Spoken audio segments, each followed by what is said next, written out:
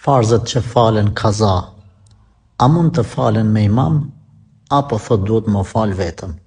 Për ata që se kuptojnë, fjala kaza dhe më thonë kompenzim. Pra, s'ke mujt me fal drekën kone vetë, ka kalu koha, ka hy i kindia, tash a me fal drekën me imam 2-3 veta bashk, apo gjithë se cili për vete. Pra kjo është kaza, kompenzim jashtë akozëve. Mas pari këshillojmë që më mundu derin maksimum. Mos milon namazet me tik. Nëse të ka ikë ndonjë namaz për x shkak, nëse ka qenë me arsye, alhamdulillah, nëse ka qenë për arsye, duhet me kërku pendim të Allahu.